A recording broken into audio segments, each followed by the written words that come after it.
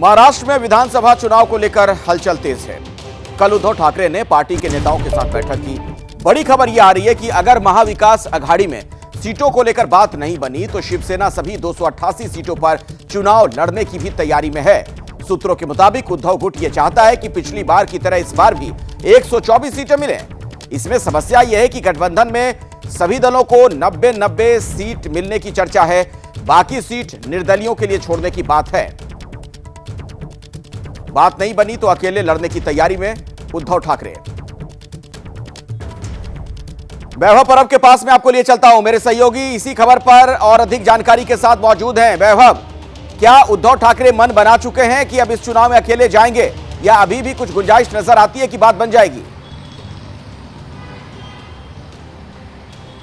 देखिए अखिलेश, महाराष्ट्र की राजनीति में एक ठाकरे परिवार का अलग सा रुतबा दिखाई दिया जा रहा है, जो शुरुआत से हमें दिखाई दे रहा है। 2009 की इलेक्शन हो, 2014 की भाजपा के साथ का गठबंधन हो, फिर 2019 में भाजपा के साथ का गठबंधन हो, फिर उसके बाद लोकसभा चुनाव में जो हाल ही में हुए उसमें ठाकरे कांग्रेस और पवार के साथ भी लड़े, लेकिन ठाकरे जरा भी अपनी जो बार्गेनिंग पावर है उससे कभी हटे नहीं। 2014 में देखा जाए तो अपनी बार्गेनिंग पावर करने के बाद भी भाजपा के साथ गठबंधन में रहे और इस बार 2022 में जो लोकसभा चुनाव हुआ 24 में, उस पर 22 सीटों की मांग को लेकर ठाकरे अपनी दबाव तंत्र की राजनीति करते हुए दिखाई दिए। अभी 2024 में जो विधानसभा का चुनाव होने जा रहा है, फिर एक बार ठाकरे परिवार है वो अपना दबाव तंत्र का शस्त्र बाहर निकालते हुए दिखाई दे रहा है। कल जो ट्राइडेंट में बैठक हुई उस पर यही बातचीत हुई कि 2019 का फॉर्मूला, यानी 2019 में भाजपा के साथ ठाकरे 124 सीटों पर चुनाव लड़े थे, तो इस बार वापस 124 से भी ज्यादा सीट मांगने की कोशिश करेंगे। अगर नहीं मिली तो 115 और 124 के बीच की सीट की मांग कांग्रेस और पवार के सामने रखेंगे। अगर ये फॉर्मूला उनको मंजूर नहीं हुआ तो फिर ठाकरे 288 सीटों पर चुनाव लड़ने की भी तैयारी कर रहे हैं। यानी ठाकरे लोकसभा चुनाव के बाद अब उनका आत्मविश्वास है वो दोगुना हो गया है। पवार हो, कांग्रेस हो, तो दुगना हो गया है, लेकिन जो छोटे में बताइएगा, मुझे ब्रेक लेना है, इसे छोटे में जरा जवाब दीजिए। शरद पवार जो कि राजनीति के दिग्गज मंजे हुए खिलाड़ी माने जाते हैं, क्या इतनी आसानी से मान जाएंगे?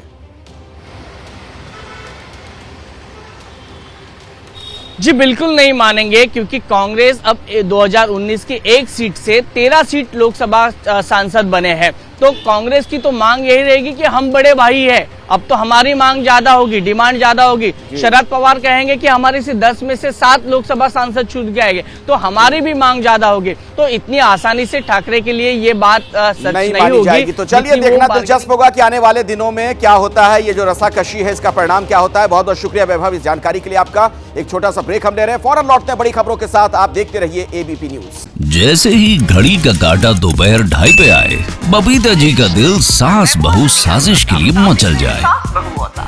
और ये है इनकी बहू, पूरे दिन ऑफिस की टेंशन हो जाए गॉन जब ये करें अपना फेवरेट शो फ्री टाइम पे ऑन। इनकी तरह आप भी देखिए अपना फेवरेट शो अपने टाइम पर और डाउनलोड कीजिए एबीपी लाइव ऐप अपने स्मार्ट टीवी पर।